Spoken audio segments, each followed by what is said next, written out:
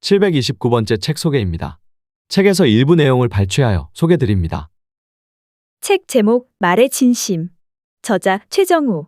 출판일 2023년 11월 10일. 상상빌더 요약.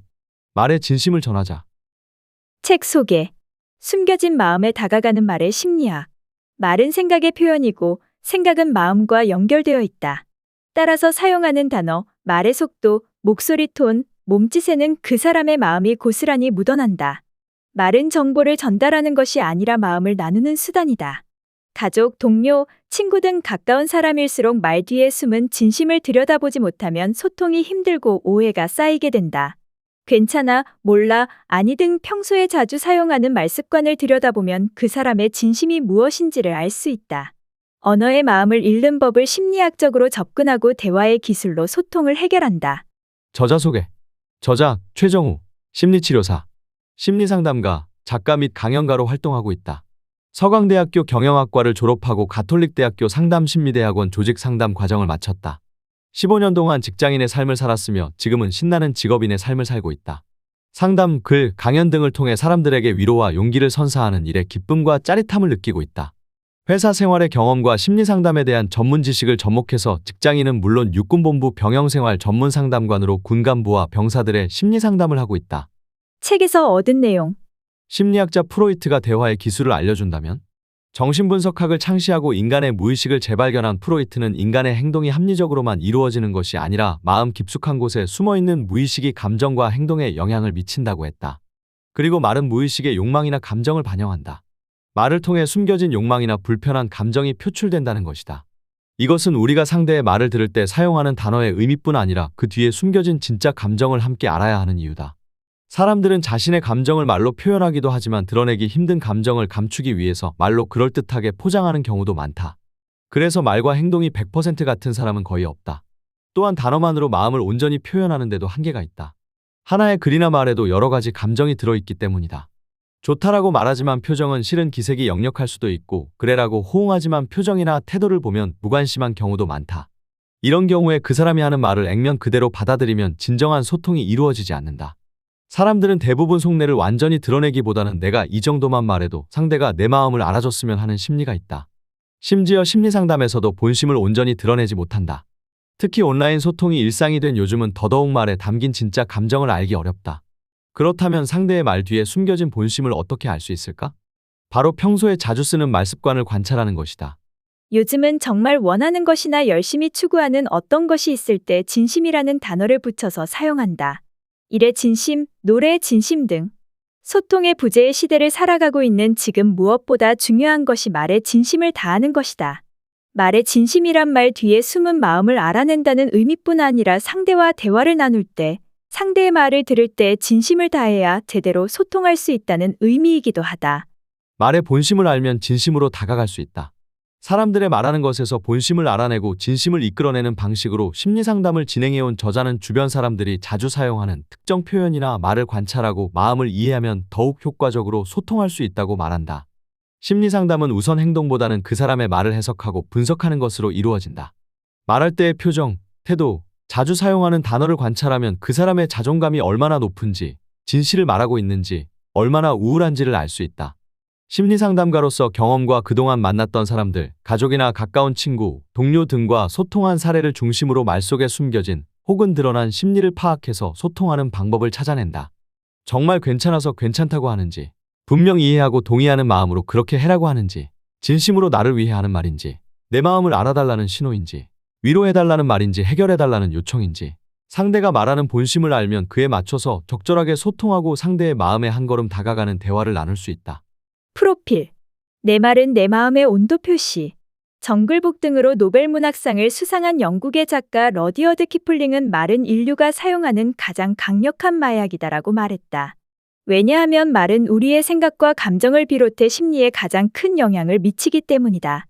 사람들은 의식적 또는 무의식적으로 말을 통해 자신의 생각과 감정을 표현한다. 지그문트 프로이트의 정신분석학 이론에 따르면 말은 무의식의 욕망이나 갈등을 반영한다. 말을 통해 숨겨진 욕망이나 불편한 감정이 표출될 수 있다는 것이다. 사람의 말은 생각을 통해 나오고 생각은 마음을 통해 나온다. 그러므로 누군가 자주 하는 말, 즐겨 쓰는 말을 잘 들어보면 그 사람의 생각과 마음을 어느 정도 파악할 수 있다. 따라서 상대의 생각과 마음을 이해하는 만큼 그 사람을 어떻게 대해야 할지 선택의 폭을 넓힐 수 있다.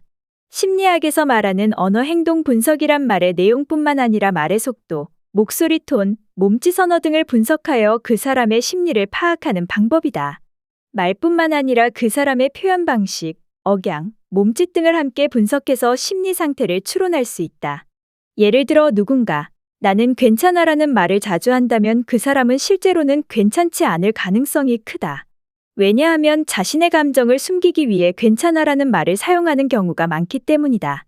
이처럼 말은 우리가 생각하고 느끼는 것을 표현하는 가장 강력한 도구이고 우리의 내면을 드러내는 창이며 우리가 어떻게 생각하고 느끼는지를 탐색할 수 있는 열쇠다. 그럴 줄 알았다라고 꾸중하는 엄마. 내 얘기가 아니라 다른 사람들이 그렇다는 데라며 대화를 시작하는 친구. 왜냐하면이라며 설명부터 하려 드는 남편. 툭하면 어디가 아프다고 핑계부터 대는 동료 등 습관적으로 쓰는 특정 표현들은 이해하기 어렵고 답답할 때가 있다. 그러나 이러한 말들이 오히려 그 사람의 숨겨진 마음을 알아내는 단서가 될 수 있다. 작가로서 직접 겪은 이야기, 다른 사람들에게 들은 이야기, 심리학 이론과 연구 결과, 통계 자료, 설문조사 결과 등을 바탕으로 이 책을 썼다. 단순히 말의 패턴을 나열하는 것을 넘어서 말의 뒤에 숨은 의미를 찾는 데 도움을 주고 싶었다. 나의 바람이 얼마나 이루어질지 모르겠다. 다만 주변 사람들이 자주 사용하는 특정 표현이나 말을 관찰하고 이해하면 그들의 내면을 더 잘 이해할 수 있을 것이다. 그렇게 다른 사람들의 마음을 살핀다면 더욱 효과적으로 소통할 수 있다. 언어의 마음을 알아가는 과정을 따라가다 보면 자신과 타인을 이해하는 새로운 시선을 발견할 수 있다. 마음의 속삭임을 듣는 민감한 귀를 갖게 되기를 희망한다. 최고의 선택은 선택 이후에 결정된다. 최근 어떤 선택지를 놓고 심각하게 고민해 본 적이 있는가? 고민 끝에 어떤 결정을 내렸는데도 계속 신경 쓰이고 불안했던 적이 있는가? 그럼 당신도 사후 결정 부조화를 겪고 있는 것이다. 당연히 불안할 것이다. 하지만 돌이킬 수 없다. 이미 선택하고 결정한 것이니 말이다. 이미 내다 판 주식은 더 이상 내 손에 없고 이미 그만둔 회사는 더 이상 나와 아무 상관이 없다. 내가 기대했던 대로 예상했던 대로 된다고 한들 내가 얻거나 잃을 것은 없다. 오히려 예상했던 대로 흘러가지 않는다면 내 속만 쓰리지 않겠는가? 내 선택이 옳았음을 확인하기 위해 계속 신경 쓰는 과정에서 얻는 초조함, 두려움, 불안감, 스트레스는 누가 보상해 줄 것인가? 무엇이 나에게 도움되는지 곰곰이 따져보자. 펜실베이니아 대학교 심리학과 에디 하몬존스 교수가 발표한 연구에 따르면 사후 결정 부조화를 겪는 사람은 그렇지 않은 사람보다 스트레스와 불안감을 더 느낀다고 한다. 스트레스뿐만 아니라 두통, 근육 긴장과 같은 신체적 이상 증상도 더 많이 겪을 수 있다. 신경을 쓰는 만큼 마음과 몸에도 무리가 갈 수 있다는 의미다. 이미 결정한 사항이라도 바꿀 수 있다면 신경 쓰거나 고민하는 것이 의미 있다. 하지만 그렇지 않다면 최대한 신경을 쓰지 않도록 노력하는 것이 합리적인 마음가짐이다. 이미 선택했고 돌이킬 수 없다면 깨끗이 잊자. 힘들겠지만 잊으려고 애써보자. 고대 그리스 철학자 헤라클레이토스는 말했다. 흐르는 강물에 발을 2번 담글 수 없다. 이처럼 하나의 상황을 두고 2가지 선택을 할 수는 없다. 선택하지 않은 것에 미련을 갖기보다 이미 한 선택에 집중하는 것이 훨씬 낫다. 이미 선택한 것에 더 큰 노력, 시간, 에너지를 쏟아 최고의 선택으로 만들어보자. 어쩌면 옳은 선택과 틀린 선택은 처음부터 정해져 있는 것이 아닌지도 모른다. 나의 선택이 최선이라고 믿고 집중하여 좋은 결과를 만들어내는 것이 최고의 선택을 하는 비결이다. 간접적인 공격보다 직접적인 대화. 상대가 핀잔 주듯이 말한다면 어떻게 해야 할까? 상대가 이렇게 말하는데도 애써 태어난 척 넘어갈 것인가? 아니면 그럴 때마다 함께 공격하며 싸울 것인가? 가장 좋은 것은 차분히 대응하는 것이다. 당신이 요즘 말하는 것을 보면 나에 대해 별로 안 좋은 감정이 있는 것 같은데 혹시 어떤 마음인지 말해줄 수 있어? 내게 하고 싶은 말이 있을 것 같은데 얘기해주면 좋겠어. 이렇게 솔직히 다가가 본다. 물론 당신도 영문을 알지 못한 채 기분이 나쁜 상황에서 차분히 대화를 꺼내기는 결코 쉽지 않다. 하지만 상대와의 관계를 개선해보고 싶은 마음이 더 크다면, 상대와 불편하게 지내고 싶지 않다면, 더 이상 상처받고 싶지 않다면 차분하게 이유를 물어본다. 상대가 자신의 속마음을 솔직하게 표현하지 못하는 이유가 있을 것이다. 그만큼 상대방은 마음이 약하고 도움이 필요한 상태일 수 있다. 억눌린 감정이 최대치인 사람은 누군가 조금만 자극해도 쉽게 격분하고 크게 폭발할 수 있다. 그러한 상대를 더 자극하지 않고 차분하고 이성적인 접근을 계속 시도하다 보면 상대도 언젠가는 핀잔 주듯 말하기를 멈추고 속마음을 드러낼 것이다. 반대의 경우도 마찬가지다.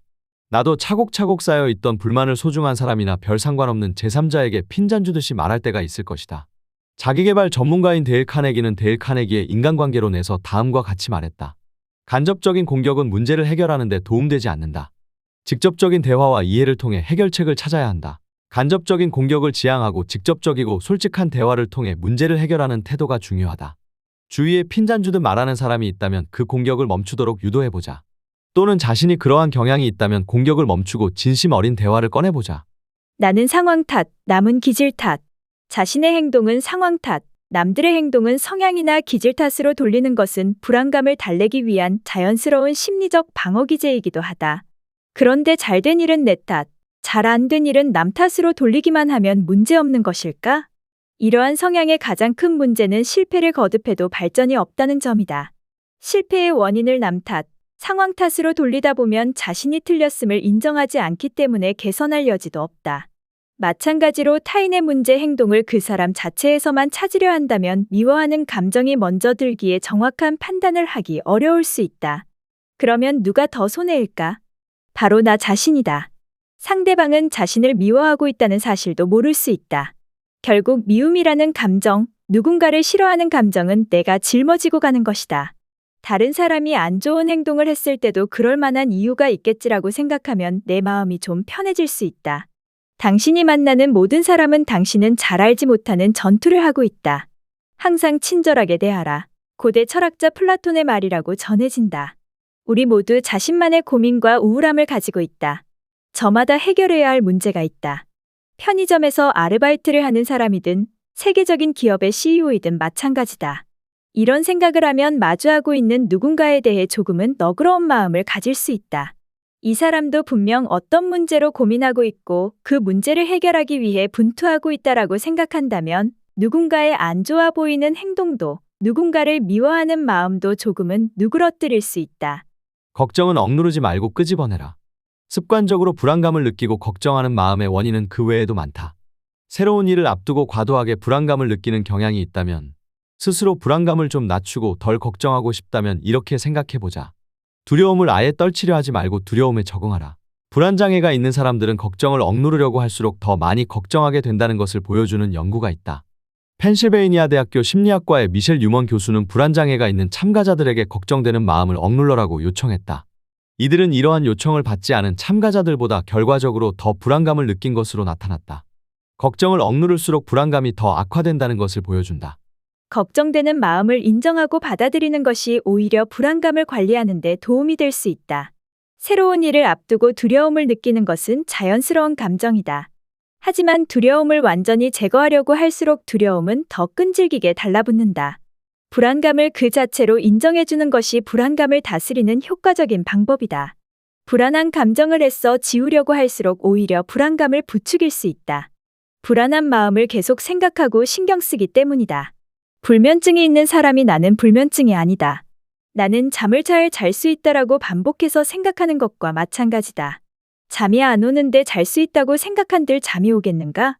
그런 생각을 할수록 잠이 더 달아날 뿐이다. 새로운 직장에 입사하기 전에 마음이 불안하다면 내가 새로운 사람들이나 새로운 일을 앞두고 잘 해낼 수 있을지 불안해하고 있구나라고 먼저 인정해 주어야 한다.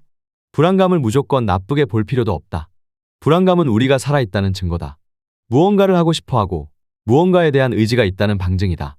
유명 강연가이자 작가인 멜 로빈스는 다음과 같이 말했다. 불안은 내가 살아있고 내가 사람이고 우리가 뭔가에 신경을 쓰고 있다는 사실을 상기시켜준다. 우리가 불안해한다는 것은 그만큼 잘하고 싶은 의지가 있는 것이다. 새로운 일을 앞두고 불안을 느끼는 사람에게 마지막으로 해주고 싶은 얘기가 있다. 막상 해보면 별것 아니다. 해보기 전에는 막연히 불안하기만 했던 일들이 막상 해보면 별것 아니라거나 할 만했다고 여겨지는 일들이 매우 많다. 그런 경험들을 의도적으로 많이 떠올려보자. 처음 초등학교에 입학하기 전, 중학교에 들어가기 전, 고등학교에 들어가기 전, 대학교에 들어가기 전, 첫 유학을 떠나기 전, 군대에 가기 전, 처음 인턴을 시작했을 때, 첫 회사에 들어갔을 때를 기억하는가? 누구나 불안하고 떨렸던 순간이다. 그런데 막상 해보니 어땠는가? 물론 생각만큼 힘든 순간도 있었겠지만 조금 지나 어느새 익숙해졌을 것이다. 막연히 두려움을 느끼던 일도 막상 해보면 대부분 해결된다. 조금만 용기를 내보면 걱정한 만큼 어려운 일이 아니었음을 느끼게 된다. 불안감은 그대로 받아들이고 일단 시작해보자. 말로만 해결사보다 공감 능력자가 되라. 누군가 어려움에 처했던 이야기를 뒤늦게 알았다면 이렇게 말해주자. 그런 일이 있었구나. 많이 힘들었겠다. 그래도 잘 이겨낸 것 같아서 다행이다. 이런 말 한마디면 충분하다. 왜 말하지 않았냐? 말했으면 도와줬을 텐데. 이런 말은 아무런 위로가 되지 않는다. 말로는 무엇이든 못하겠는가. 너무 지나치게 반응하거나 상대에게 조언하는 행동도 조심해야 한다. 오히려 상대에게 불편한 감정을 불러일으킬 수 있다. 인간 중심 상담 기법을 만든 심리학자 칼 로저스에 따르면 상담자가 내담자에게 너무 많은 조언을 해주면 부정적 감정과 태도를 유발할 수 있다고 한다. 불필요한 말이나 너무 많은 조언은 대화의 균형을 깨고 내담자의 자율성과 자기 효능감을 오히려 떨어뜨릴 수 있다는 것이다. 상대에게 자신의 마음을 너무 많이 보여주지 말자. 자신의 느낌과 감정을 모두 전달해야 한다는 부담감을 줄여보자. 상대의 얘기를 단순히 들어주고 최소한의 반응만 해주는 것도 믿음을 주는 좋은 방법이다. 때때로 사람들이 원하는 전부는 공감하며 들어주는 귀이다. 캐나다의 작가이자 강연가인 로이 베넷의 말이다. 그저 이야기를 들어주는 것만으로도 상대는 큰 위안과 용기를 얻을 수 있다. 굳이 많은 말을 하지 말자. 지나치게 반응하지 말자. 때로는 많은 말보다 진심을 담은 한마디가 더 큰 울림을 준다는 사실을 기억하자. 속 깊은 이야기를 하는 소중한 시간. 사람들은 다양한 이유로 속 깊은 얘기나 고민을 말하는 것을 주저한다. 마음속 깊은 이야기를 억지로 꺼낼 수는 없다. 하지만 속마음을 조금이라도 표현하면 당장 문제가 해결되지 않더라도 부정적인 감정이 어느 정도 해소될 수 있다. 속 깊은 얘기를 털어놓았을 때 어떤 점이 좋은지 알아보자. 첫 번째, 문제 해결에 실제로 도움될 수 있다. 상대에게 고민거리를 이야기하다가 스스로 생각이나 마음이 정리되면서 뜻하지 않게 좋은 해결 방법이 떠오를 때가 있다. 다른 사람에게 이야기하는 과정에서 문제를 새로운 관점으로 다시 볼 수 있기 때문이다. 그리고 더 폭넓은 생각과 통찰력을 얻을 수 있다. 두 번째, 긍정적인 방향으로 감정 조절을 할 수 있다. 감정을 다른 사람들과 공유하는 것은 감정을 더욱 효과적으로 처리하고 조절하는 데 분명 도움된다. 미국의 작가 시릴 스트레이드는 베스트셀러 안녕, 누구나의 인생에서 다음과 같이 말했다. 누군가와 개인적인 이야기를 나누는 것은 치료와 성장을 위한 강력한 도구가 될 수 있다. 내 이야기에 대해 상대의 의견을 들음으로써 자신의 감정을 더 객관적으로 파악할 수 있기 때문이다. 세 번째, 인간관계에 도움이 된다. 개인적인 이야기를 나누다 보면 자연스럽게 신뢰와 친밀감이 쌓인다. 겉으로는 아무 문제 없어 보이는 사람이 고민거리를 털어놓으면 더욱 인간적인 매력을 느끼는 것과 같다. 자기노출 이론에 따르면 우리는 관계를 형성하고 유지하기 위해 자기 이야기를 하는 경향이 있다. 무슨 고민 있냐?고 물어보며 먼저 다가오는 사람은 나와 좀 더 돈독한 관계를 맺고 싶은지도 모른다. 험담은 부메랑으로 돌아온다. 타인을 험담하는 것은 분명 올바르지 않은 행동이다. 험담을 습관적으로 즐기는 사람들과 대화를 나눌 때는 어떻게 해야 할까? 첫 번째, 자연스럽게 대화의 주제를 바꿔본다. 남을 험담하는 대화가 아닌 날씨, 월급, 휴가, 업무, 경제, 사회적 이슈 등 가벼운 주제로 바꿔보는 것이다. 갑자기 주제를 전환하는 것이 아니라 물 흐르듯 자연스럽게 다른 이야기를 꺼낸다. 아, 그렇군요. 그런데 오늘 회의가 몇 시에 있는지 혹시 아세요? 아, 그렇구나. 근데 이번 연휴 때 뭐 특별한 계획 있어요? 이번 세계 잼버리 대회는 날씨 때문에 제대로 진행이 안 된 것 같아요. 두 번째, 험담을 듣고 있기가 불편하다는 감정을 솔직히 표현한다. 죄송하지만 당사자가 없는 자리에서 그 사람에 대해 안 좋게 말하는 것을 듣고 있기가 조금 불편하네요. 미안한데 그 사람이랑 친해서 내 입장이 좀 곤란해. 큰 용기가 필요할 수 있지만 가장 확실한 방법이다. 물론 누가 봐도 옳지 못한 행동을 한 사람에 대해서는 한마디 할 수 있다. 험담이라기보다 잘못된 점을 이야기하면서 답답한 마음을 해소하는 것이다. 위대한 마음은 생각을 토의하고, 평범한 마음은 사건을 토의하며, 작은 마음은 사람들을 토의한다. 미국의 전 대통령 프랭클린 루스벨트의 말이다. 타인에 대해 이러쿵저러쿵 말하는 것이 가장 수준 낮은 대화라고 꼬집은 것이다. 듣기 싫은 이야기는 화제를 전환하라. 상대의 말을 제대로 듣지 않으면 나중에 큰 낭패를 볼 수 있다. 어떤 일을 계획할 때 상대는 알아들었다고 여겨서 일을 진행하는데 나는 정작 모르고 있는 것이다. 그때 말했잖아. 라고 한들림이 늦다. 아내의 말을 귓등으로 들었다가 가족 여행 일정에 차질이 생길 수도 있다. 회사에서 정신없는 상황에서 대충 네네, 알겠습니다라고 했다가 나중에 동료에게 불편을 끼칠 수도 있다. 나 혼자만의 피해로 끝나는 게 아니라 타인에게까지 피해를 미친다면 상황은 더 심각해진다. 평소 신념과 다른 얘기, 듣기 거북한 얘기가 나올 때는 건성으로 들으면서 성의 없이 반응하는 것이 아니라 은근슬쩍 대화 주제를 바꿔본다. 예를 들어 서로 의견 차이가 심한 주제 중 하나가 정치다. 상대가 나의 정치 신념과 다른 얘기를 할 때 거북함과 불편함을 느낄 수 있다. 부부 사이에도, 부모 자식 간에도, 친구와 동료 사이에도, 친척 간에도 정치관은 많이 다를 수 있다. 특히 명절에 가족이 모인 자리에서 정치 얘기가 나오면 슬며시 대화 주제를 바꾼다. 그러게요. 그 정당에서 그런 일이 있었네요. 그건 그렇고 요즘도 골프 치시죠? 주로 어디로 가세요? 이렇게 상대가 관심 가질 만한 주제나 모두가 공감할 만한 주제로 자연스럽게 넘어간다. 견해 차이로 갈등을 빚지 않을 만한 주제를 선정하는 것이 좋다. 상대가 중요한 말을 하는데 좀처럼 집중되지 않고 귀에 들어오지 않으면 어떻게 해야 할까? 중요한 일을 기억하지 못하면 곤란한 상황이 생길 수 있으므로 차라리 솔직히 양해를 구하는 것이 좋다. 여보 미안한데 이것만 끝내고 다시 얘기하면 안 될까? 김 대리님, 저도 그 얘기 재미있는데 이 일만 빨리 끝내고 나중에 다시 얘기하는 건 어때요? 그러면 상대방도 그래요라고 긍정적인 반응을 보일 것이다. 자신이 거부당했다는 느낌을 주지 않기 때문이다. 상대의 이야기를 건성으로 듣는다면 언젠가 부메랑이 되어 돌아올 수 있다. 오는 케이크가 있어야 가는 케이크가 있다. 선물을 주고받는 것 자체도 관계에 영향을 미치지만 선물의 양도 관계에 영향을 미칠 수 있다. 받은 만큼 돌려주고 싶은 마음이 작용하기 때문이다. 심리학에서 말하는 사회적 교환 이론에 따르면 다른 사람과 관계를 맺을 때 보상과 비용의 균형을 맞추려는 경향이 있다고 한다. 축의금 5만 원을 받은 상대에게 축의금을 5만 원 이상 하고 싶지 않다. 축의금 10만 원을 받은 상대에게는 축의금을 10만 원은 내야 할 것 같다. 친해지고 싶은 사람이 있다면 생일에 축하 인사와 함께 작은 선물을 보내보자. 상대는 기대하지 않았던 선물이라 놀라겠지만 그만큼 당신에게 큰 고마움을 느낄 것이다. 상대와 관계는 그만큼 가까워지고 나중에 더 큰 보답으로 돌아올 수 있다. 경제적인 관점에서도 심리적으로도 손해볼 것 없다. 머지않은 미래에 누군가에게 부탁할 일이 있는가? 그렇다면 축하할 일이 있을 때 간단한 선물을 보내거나 따뜻한 말 한마디를 건네보자. 좋은 감정을 전달하는 방법은 얼마든지 있다. 그에게 베푼 작은 호의가 나중에 더 큰 무언가로 되돌아올 수 있다. 시간 지키기는 기본적인 배려. 습관적으로 약속 시간을 잘 어기는 사람에게는 어떻게 대응하면 좋을까? 첫 번째, 여기서도 나 전달법, 즉 나를 주어로 말하기가 활용된다. 너는 항상 약속을 어기잖아. 라고 상대방을 주어로 말하면 비난하는 것으로 들린다. 나를 주어로 바꾸면 다음과 같다. 아무런 설명도 없이 약속 시간에 늦으면 나는 좌절감이 느껴지고 화가 나. 내가 이렇게 했잖아 라고 말하는 것이 아니라 나는 이렇게 느껴져 라고 말하면 상대방의 저항감과 반발심을 차단할 수 있다. 또한 상대방이 당신의 감정과 기분을 좀 더 자세히 살필 수 있다. 두 번째, 약속 내용을 문서화한다. 구두로 말한 약속도 메시지로 다시 한번 확인하는 습관을 들인다.